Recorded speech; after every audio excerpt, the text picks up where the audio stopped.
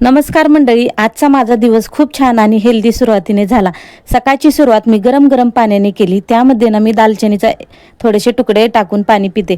हे शरीरासाठी खूप फायदेशीर असतं आणि चरबी कमी करण्यात मदत करते। सकाळी सकाळी असं काहीतरी हेल्दी घेतलं की दिवस खूप फ्रेश वाटतो।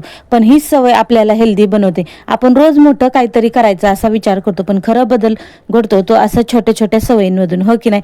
काल रात्री मी मटकी भिजत घातलेली होती आणि सकाळी बघितलं तर खूप छान असे त्याला मोड आलेले होते। मग लगेच ठरवलं की आज मटकीची भाजी करायची। मटकीच्या भाजीसाठी मी ना आधी मसाला तयार करून घेतला। त्यासाठी ना मी कांदा, टोमॅटो, अद्रक, लसूण, खोबरं आणि थोडासा गरम मसाला हे सगळं घालून घेतलं आणि छान असं मिक्सरमध्ये बारीक करून घेतलं।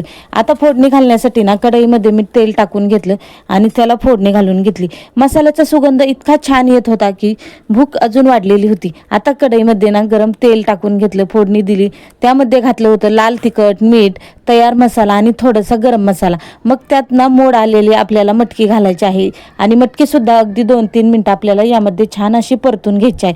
त्यामुळे ना मटकीचा वास वगैरे येत नाही। जर मटकीचा आंबट वास येत असेल ना तर ते पूर्णपणे निघून जातो आणि आपली मटकी फ्रेश अशी होते। हळूहळू आपली भाजी तयार झाली।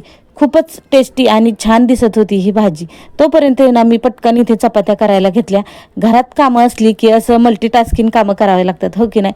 सासऱ्यांना मी नाश्त्यामध्ये आज डब्बा द्यायचा होता आणि त्यासाठी मला इथे पोहे सुद्धा बनवायचे होते। तर इथे मी मटकीमध्ये ना गरम गरम पाणी करून टाकलं, कारण कधीही भाजी बनवताना थंड पाणी घालायचं नाही हे मी नेहमी व्हिडिओमध्ये सांगत असते। त्यामुळे आपल्या भाजीला तरी येते आणि चव सुद्धा येते।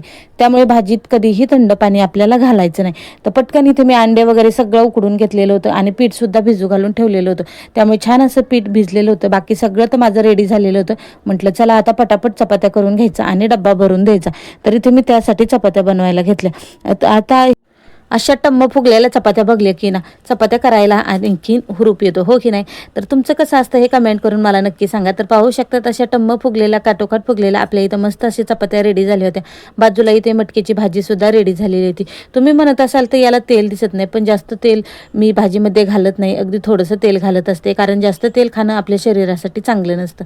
तर इथे सगळं तयार करून घेतलं। नाश्त्यासाठी मी इथे छान छान गरम पोहे सुद्धा करून घेतले आणि पटकन आणि चवदार अशी काही टेस्ट असेल तर ते असतात पोह्यांचं, हो की नाही। तर सगळं तयार झाल्यावर मी इथे डब्बा भरायला घेतला। मटकीची भाजी, चपाती आणि नाश्त्यात ना इथे मी पोहे भरले होते। तर अंडे वगैरे मी भरून दिले आणि छोट्या डब्यामध्ये ना मी इथे शेव आणि अंडे घालून दिले, कारण हा 4 डबे आहेत आणि 4 डब्यामध्ये मी एका डब्यामध्ये मटकी, भात, चपाती आणि पोहे भरलेले होते।